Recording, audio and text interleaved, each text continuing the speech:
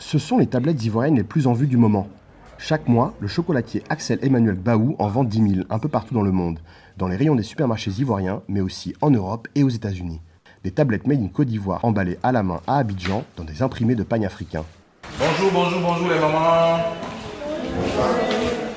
Un chocolat transformé par Axel Emmanuel Baou, mais aussi par les 2000 transformatrices des coopératives du pays qu'il a lui-même formées ces dernières années. Ce jour-là, il vient acheter quelques kilos de fèves dans la ville de Toumaudi, dans le centre de la Côte d'Ivoire. Des fèves issues des plantations bio ou fair trade. Ça, c'est du pur cacao, voilà, qui sent très bon et qui peut faire du chocolat de bonne facture, traçable, avec une main impliquée. Et ça, ces fèves de cacao, elles vont le vendre au moins à 3 000 francs le kilo, contre 825 francs, voilà le prix des fèves de cacao brut Borchamp. Donc, elles apportent une valeur inestimable qui peut apporter une plus-value à leur quotidien.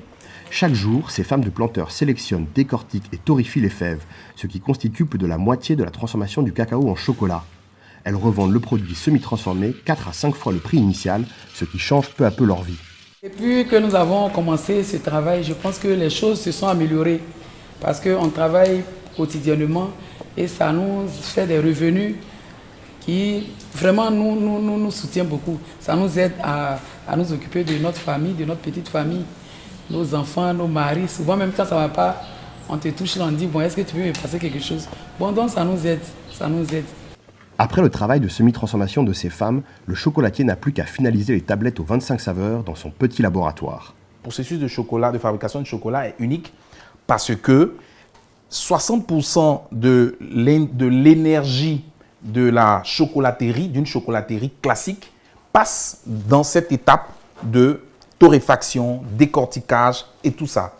Et moi, je ne l'ai pas ici en interne chez moi. Je l'ai externalisé avec ces femmes-là.